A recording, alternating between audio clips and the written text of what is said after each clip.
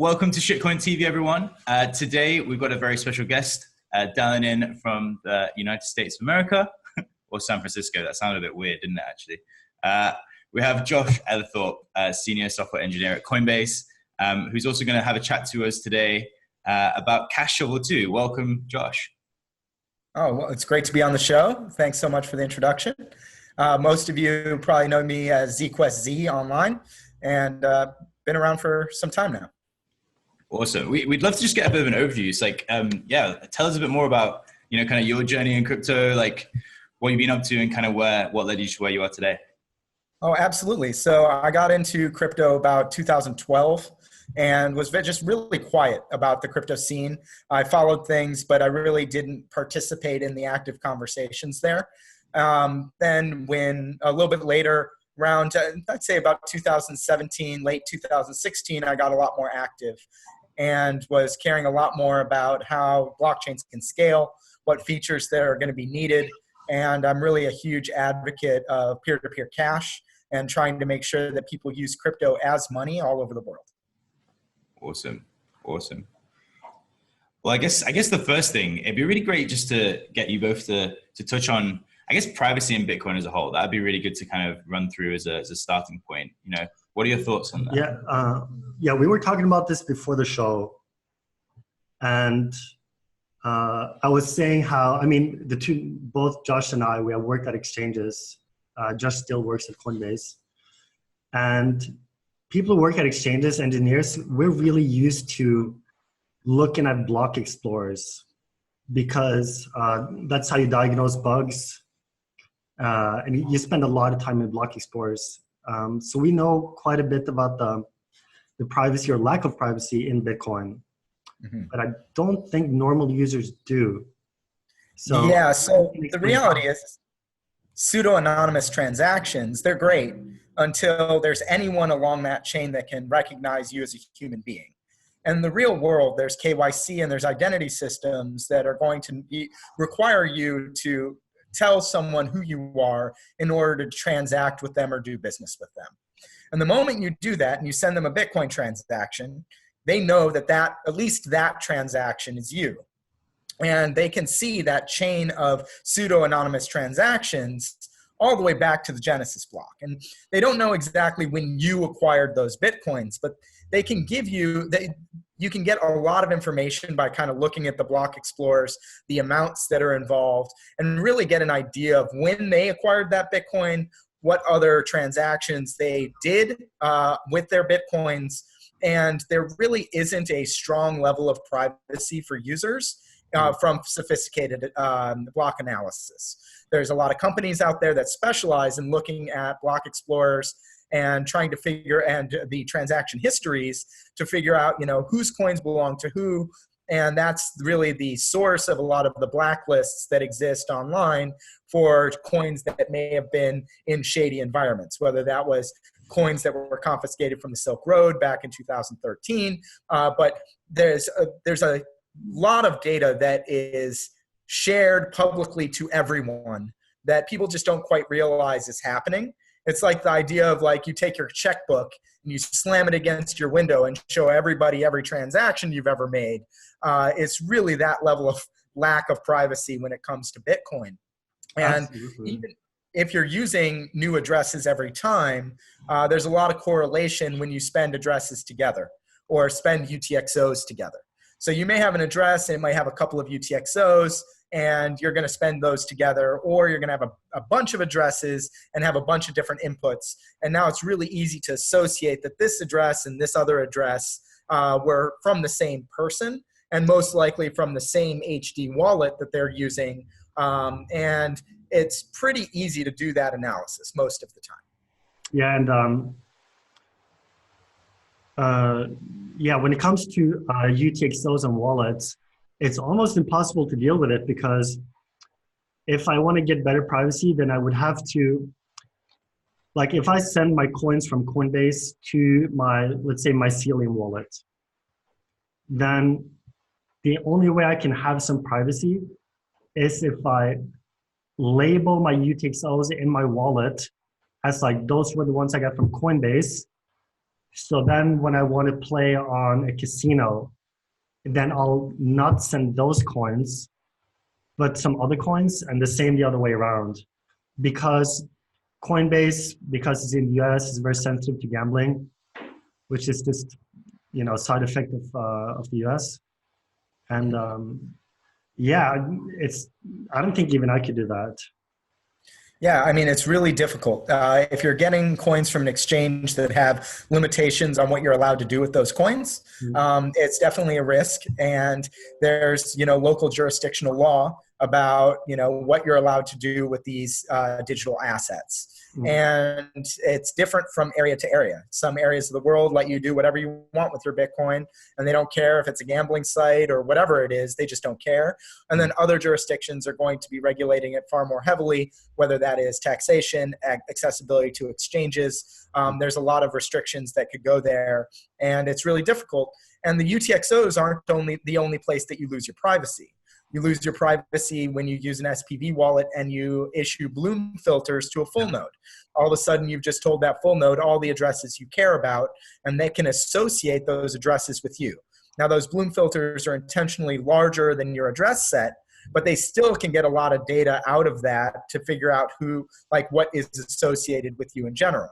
And then other wallets like Electron Cash that are talking to an Electrum server, they literally send just your addresses to go and track all of those. And you're giving away all of your balance information, every address that you have in your wallet. And people just don't realize that's happening to them.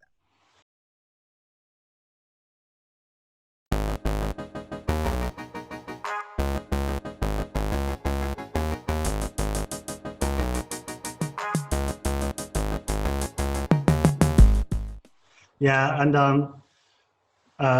all the wallets that come from BitPay, so that's CoPay, BitPay, Bitcoin.com, and I'm sure plenty others, they actually send the XPub to the wallet server. Yep. And that's why when you go to the faucet for Bitcoin.com, right? Like they give free BCH or free, they have their little faucet. Well, there's a reason they can tell you aren't using the Bitcoin.com wallet. So like if you try to send funds to any other wallet, it will not let you because they know what addresses and UTXOs have gone through their wallets. So they are definitely 100% able to track some of those funds. And RPC style wallets have this problem as well. So anytime you're talking to an API server to get details about, sending a transaction or getting your transaction information, you're sending all of your information to that API server that could have logs or other things that can de-anonymize you. So it's not just about your own keys, your own funds. You want your own keys, and you want to be able to figure out a way that you don't leak those keys to the world, which is a reason that I've been working so diligently with Chris Pacia about getting the neutrino stack up and running, because then you actually can maintain privacy over the addresses you control in your wallet, and you're not dependent on a service provider's API servers to actually have your wallet function.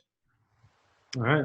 And I guess that kind of easily leads us into the next part as well, which is, why CashShuffle is here and why it's coming into existence. And I'd love if you could just kind of give us a brief overview of that, Josh. And absolutely. So CashShuffle is something I've worked on for over a year. Jonold had brought it to my attention when it was just an idea, and we started talking about how we could make it a reality. And it's been a pretty difficult journey to get it where it is today. When it first started, our dream was just to provide better fungibility for everyday users. And that means, you go and you want to buy something on Purse, you want to go and buy a cup of coffee, you want to go and get your lunch. There's no reason you should be giving up your financial history just so that you can go and buy yourself a sandwich. That's just ridiculous. And even if you're doing large sums, I would argue that that's even worse, right? So if you're doing a lot of work with exchanges, you're sending extremely large sums of money around, you really don't want everybody along the way to be able to understand what those transactions were. And you don't care if the exchange does, because you're KYC'd with them. You've already let them know what your identity is. So it's not about making sure everything's completely anonymous. There's always going to be some level of, verification with certain services that you are who you say you are, and that's okay. But privacy is really important for those everyday transactions or normal financial transactions where nobody wants to tell everybody what their funds are. And it's not that they're trying to keep what they're purchasing a secret. It's that they just don't want that chain of transactions to be revealed to every merchant that they do business with, because that's just like a pretty bad invasion of privacy. So we started focusing on, well, what specifications look like a good fit for providing fungibility solutions.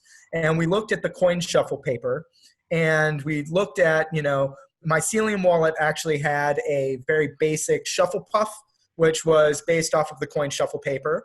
And that was really a neat initiative. But the Mycelium Wallet really hasn't gotten as much traction over the lifetime of the product. Almost nobody uses that wallet anymore. And here's the question. So how does CashShuffle, like the history, how does CashShuffle that you've been working on relate to the paper? And how does that relate to CoinJoin, and who invented all of these things? Okay, absolutely. So CoinJoin's been around for a while. Bitcoin Talk mailing list has talked about CoinJoin for a while. Greg Maxwell talked about it. Many of the core developers talked about it. It was like all the rage of things that we should do, and then nobody really built one CoinShuffle, CoinJoin solutions that were practically easy to use for an average user. And most of the solutions we've seen today were just wildly complex. Right? Like you go and you see all these options and you aren't sure exactly what should happen. It doesn't happen automatically for you. And so it was too difficult, and it really never got a lot of traction. Although there's a few wallets that do certain CoinJoin style things today. Now, just as a quick definition for CoinJoin for people that don't know, it's basically aggregating a bunch of inputs and outputs and joining a bunch of transactions that don't have to do with each other together into one transaction so that it's less obvious where the money moved. And using crypto magic so that the people do not have to know each other, and everyone but yourself can be an attacker, and you cannot lose refunds. Yes. Exactly. And so the CoinShuffle paper was an extension of CoinJoin that was a practical application of CoinJoin that basically guaranteed that when you were matching with other people, that nobody could associate the inputs that you put into the CoinJoin and the outputs that go out of the CoinJoin. And the idea is that if a bunch of the outputs are the same value, so say that you put in five people jump in and everybody puts in 1 Bitcoin, right? Like just as a basic example, and everybody gets out 1 Bitcoin. Well, you don't know which Bitcoin went to who. And there's no way for you to really track who now owns that new UTXO. And everybody has the same amount of value, and it can be done in a way that is trustless. Now, what the CoinShuffle paper didn't do is provide a matching service. So it basically said, well, you can use this algorithm and you could do it technically with IRC, or you could do it with a forum, or you could do it in all of these places. But honestly, that's just too hard. So nobody fucking did it. Yeah. Or it's like, okay, well, you're going to have me like do one step and post it to this other place and then wait for other people to do it and do all these manual steps. It just wasn't practical. So what CashShuffle did is it said, well, can we make a matching service that's easy to use, that is automated, where we can make sure that the wallet can do this 100% by itself and make the decisions about what to shuffle, when to shuffle it. And that way the end user is able to just like check a box and say, I want better privacy. And it's not necessarily as good as, Zcash shielded transactions or Monero transactions, but that wasn't the intent. The intent is to provide good privacy tools for the average user and the everyday user that is transacting in the markets today.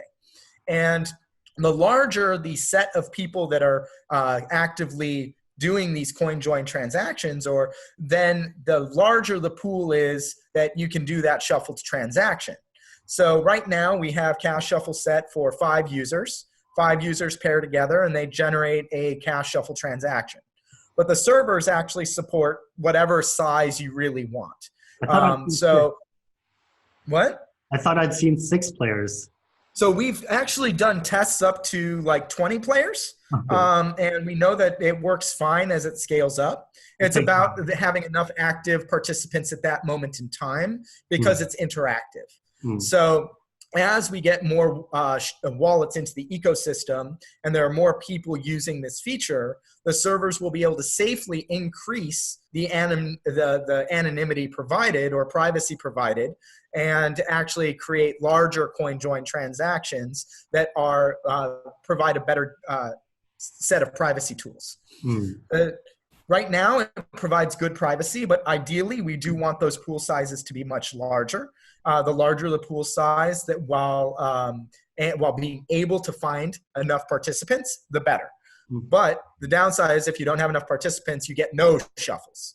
So it gives you no privacy. So you have to be very careful as we scale these solutions up. And there's a couple of other companies in the space that are doing cool work with CoinJoin.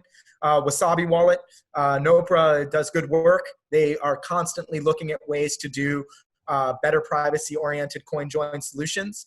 And I'm a huge advocate for anyone that is helping provide better privacy in the space, regardless of what coin they think is the coin they want to use. Because if you're using a UTXO-based coin, we can learn from each other and develop better solutions together.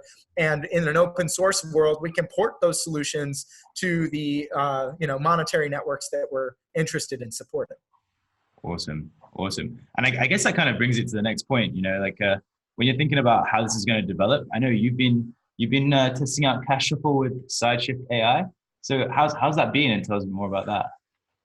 CashShuffle is very interesting because when CashShuffle works as intended, the user experience is in fact unchanged. So optimally, your wallet will be using CashShuffle in the background without you knowing. And the same goes for SideShift, which is a coin swap service. Mm-hmm. It just means that whenever you send us BCH, we automatically shuffle it, and we will only ever send out BCH that has been shuffled. There's no extra step for the user. There's no like different address format or boxes to check, or even increased pricing. You just got like free, better privacy, and you didn't have to do anything. Well, that's exactly, the first versions of CashShuffle that we put out were a plugin for Electron Cash, where you had to put all the options in manually. You had to specify your address, your change address. You had to say your amounts. You had to pick your UTXOs. And then you had to say, yes, I want to try to shuffle. And then it would fail because nobody else was shuffling. So that was pretty much how we started, right? Like it worked fine in testing, but people would complain and be like, hey, we really can't find enough people doing this at the same time. And so then we wrote a bot that you could run in the background with your Electron Cash wallet, and it would interface with your UTXOs, and it would shuffle in the background. And I started thinking about this, and I was like, wait a minute. What if everybody's just a bot? What if we just only spend shuffled UTXOs, and we have the bot running in the background, shuffling as much as it can, and then when you go to spend your Bitcoins, it does exactly the same thing that it normally does. It just sends a UTXO. It just happens to know that that UTXO has gone through a shuffling process that makes it more private. Mm-hmm. And that way, there's no delays when you're making your average transaction. You don't need to worry about all of your UTXOs like shuffling immediately, because you should always have enough in your wallet that you have a spendable amount. Mm-hmm. And then as you get change back, it automatically shuffles that too and makes sure that that is guaranteed to be private and you can go and spend it. And that way the user doesn't do shit. And I get tons of liquidity because now they keep their wallet open and they have a bunch of bots on their wallets that are just shuffling all the time. And that's allowed us to have, a pretty solid matching system where if you put some money into Electron Cash, you come back, you do it next morning, your wallet shuffled, and it cost you 3 cents. Yeah. Great, because I can afford privacy that costs a few cents. And that's why, on-chain fees are really the most important aspect for reliable CoinJoin that everyone can use. If your fees are even $1, and you have 80 UTXOs in your wallet, you have a minimum of $80 for that privacy. And that's assuming that each UTXO shuffles perfectly. And so the reality is you don't know what your spend is going to be. And if the fees fluctuate, then that's also a problem. And so you really want to make sure that you have a consistent fee level, that the fees are low so that you can shuffle often. And that way you can reshuffle coins, have as many rounds of shuffling as you want without breaking the bank. And that is what makes it usable for the planet rather than just people that have a lot of money. And yeah, so we've been talking about electron cash and, custodial services like SideShift. Mm-hmm. What about wallets on the phone? Because CashShuffle is an interactive process, which basically means you gotta have the app open. Yeah. So what do you think about that? That's difficult, but there are ways for you to launch background services on a phone. Like, for instance, anyone that uses a VPN service on their phone.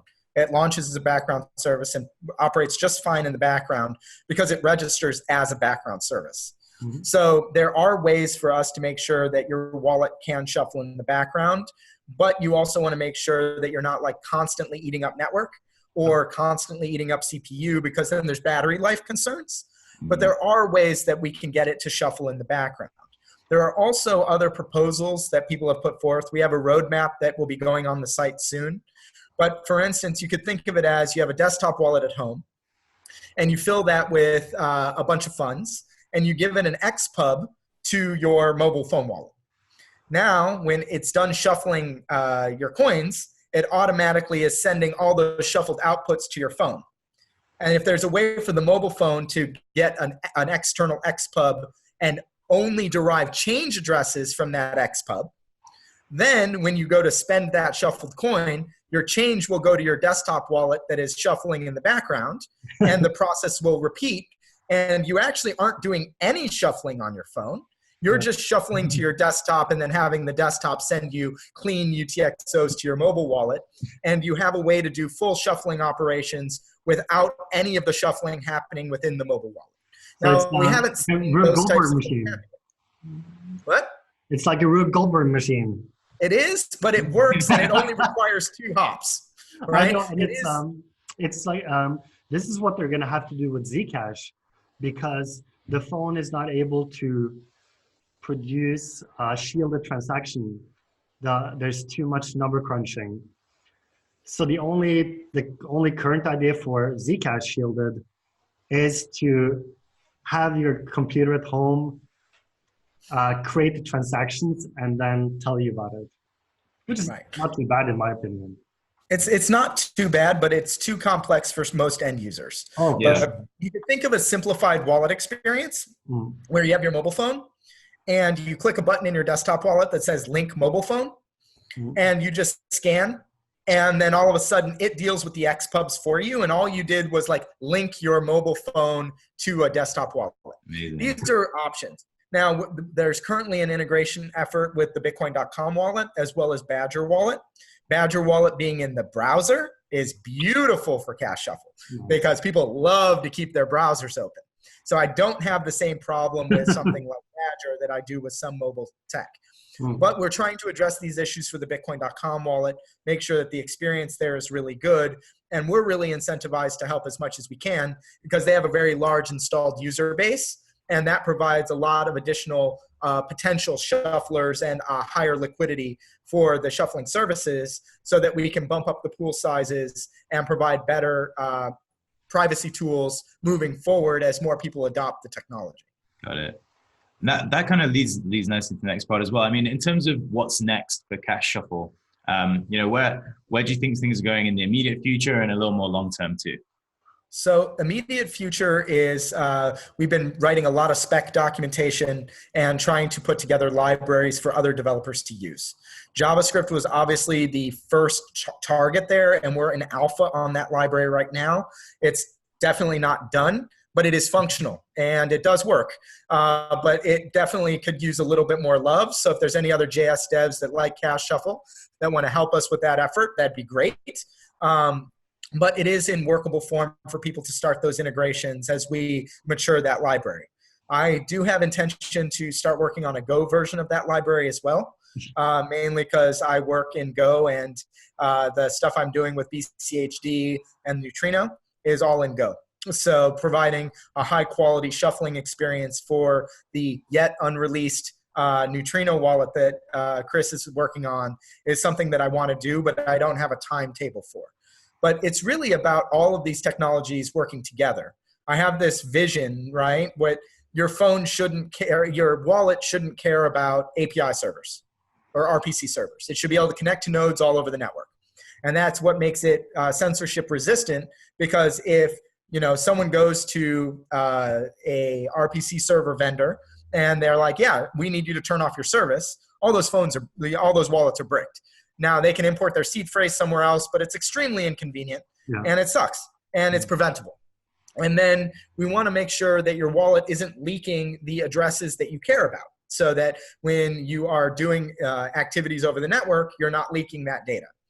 Then you want to make sure that there's Tor support. So when you submit a transaction, they don't know who's submitting that transaction, and you get privacy on sending transactions as well. Now, if you combine all that technology with something like CashShuffle, you really have a pretty solid privacy suite for everyday spenders. So all of a sudden, I'm not leaking my addresses, I'm shuffling UTXOs regularly, I'm able to spend, and I have a full stack of solutions that work synergistically with each other to preserve privacy. And that's where the world I want to get to. So Mark Lundeberg is actually working on bringing the Neutrino spec to Bitcoin ABC based off of the changes we did in BCHD.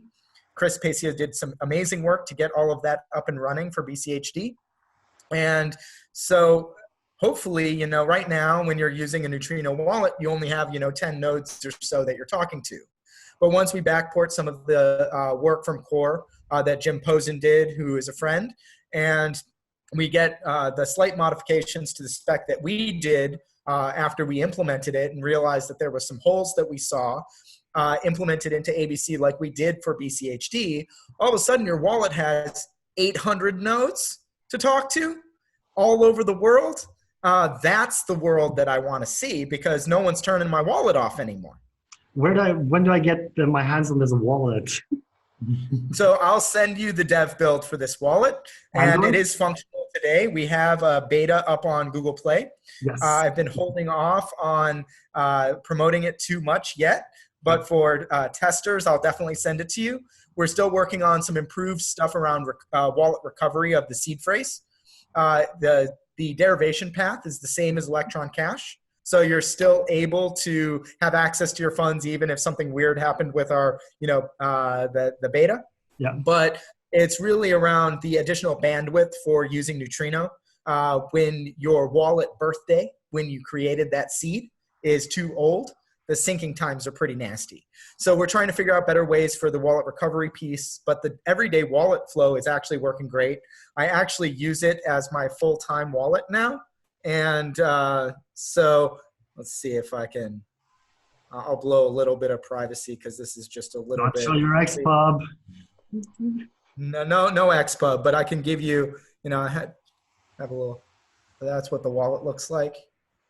And so it's really clean and it launches sub-second. It interacts directly with the network, doesn't have any other dependencies. And we basically took the BCH wallet command line wallet that we had, and it got compiled with Go Mobile. So it generates a small backend service for right now Android, but also it can compile for iOS. And then your front-end wallet code just talks to a gRPC API that is being exposed by that service. Oh, so when we have this all mature, people can actually write tons of cool wallets and just use our backend and not worry about any of the crypto or any of the network communications, and design slick user interfaces and really innovate rather than reinventing the wheel on what they're doing. And not necessarily, I'm just guessing here, but not necessarily wallets. Something like Open Bazaar, something like anything that needs to know about the network or know about a wallet. Like you could integrate tipping in a game. Oh, absolutely. You can, anything. There's a lot of debate in the like Bitcoin core community because Neutrino is a good enough spec that a lot of the use cases that people are using full nodes for today can actually be satisfied through Neutrino. And it doesn't require you to store the blockchain. It doesn't require you to have all that history, and you still get a lot of the benefits. So I assume people like maybe Luke will say that it's not as good as a full node. Mm-hmm. And what would you say? So I would say that, you know, a full node with full history gives you a full index as well. So the benefits of the full node are you absolutely have verified absolutely everything. And more importantly, you have a transaction index and an address index if you're using something other than Bitcoin D. Like BCHD, we offer an address index. Bcash offers an address index where I can just say, give me all the transactions for this address, or give me all the unspent UTXOs for this address. And it's really fast and it's all indexed and provides some really nice benefits there. And you don't have to go over the network once you've gotten that legacy data to be able to look at that data. And so there's more network overhead on something like Neutrino on the exact action you're performing. Because when you do that action, you're going to say, oh, well, now I need to track this thing. And it's going to go and scan a bunch of blocks and grab the Golem filters. And there's some network activity that happens there. But what's nice about Neutrino is that a couple of the fatal flaws for SPV are not, it's not vulnerable. So for instance, with SPV, someone can say they don't have a transaction. You can say, hey, give me this transaction information. That doesn't exist. And the SPV node can just, the SPV wallet can just be lied to. And it has no way to know whether or not it was lied to. With Neutrino, that is not possible. So the exclusion attacks are no longer a threat. And you get better privacy because instead of the privacy being the set of addresses from the Bloom filter to the node, it is the set of addresses that just exist in that block, which is a much larger set of addresses. So Neutrino gives you the better privacy. It gives you the ability to have assurance that a transaction does actually exist and is quite reliable in a lot of ways. But I still would say that, you know, if you do need a full node, you need a full node. But a lot of people would be able to get by just fine with Neutrino. And if you're in a very low bandwidth environment, you know, you have really, really bad internet access, then you can always fall back to SPV, which for the most part works with some of those caveats I mentioned earlier. Awesome. We had a bonus point that's like a little relevant today. What was that? An exchange where funds are not safer. Oh yeah, we did actually. That is true. So yeah, big news from kind of the last few hours. Wasn't too long ago. Big hack at Binance. Yeah, what are your guys' thoughts on that? Well, I'll do the facts. So, as far as we know, they've been hacked for 7,000 BTC and a gigantic withdrawal. A single transaction that I know Josh has been blockchain looking at. I don't know what to call it. So, which is about $40 million today. Yeah. So yeah, that happened. We don't have a lot of details. Not that bad, but it's still a lot. And the reason I bring it up is one of the criticisms against CashShuffle, which I think we'll mostly see from BSV, more than BTC. But the criticisms will probably be that they make it easier for somebody to launder stolen or illicit money. And therefore, some people will argue this technology should not exist, or it should at least not be used. What do you think about that? So fungibility is a double-edged sword. When you have coins that are fungible, that means that no matter what they were used for, they can be used again. And it's unfortunate that people have illegal behavior. Now, the truth is that most of those people that are going to do extremely illegal behavior are probably going to try to get that BTC into a actual privacy coin, whether that is Zcash or Monero or something where they can obfuscate the transaction, and then they might send that then and shift it back to BTC some other way, so that it kind of gets cleansed that way. CashShuffle, while providing a good level of privacy, provides less privacy than those solutions. And from a very sophisticated nation state analyzer or somebody that is really, really competent in long-term blockchain forensics, CashShuffle provides less privacy than those options. And they are not fully shielded in that respect with something like CashShuffle. So even if they were to try to shuffle those, eventually they're going to have a bunch of shuffled UTXOs, and they're going to try to spend and consolidate. And it's like a giant Sudoku puzzle, right? A very, very complicated one. So as they start using those coins or trying to merge them or trying to shift them to other assets, they are going to leak subtle bits of privacy if they use something like a CoinJoin transaction. And that is something that is very difficult to get rid of completely. Now, we're going to continue to iterate on tools to make sure that we provide the best possible privacy we can, but we won't be able to thwart every blockchain analysis company in the world. And I think there's a happy medium between an open blockchain with CoinJoin to provide some level of privacy for everyday transactions versus absolute anonymity, which is something that is provided by these other privacy coins to try to stop and to try to hide completely illicit behavior. So if anyone that is trying to launder $40 million should not use CashShuffle. It will not work for them.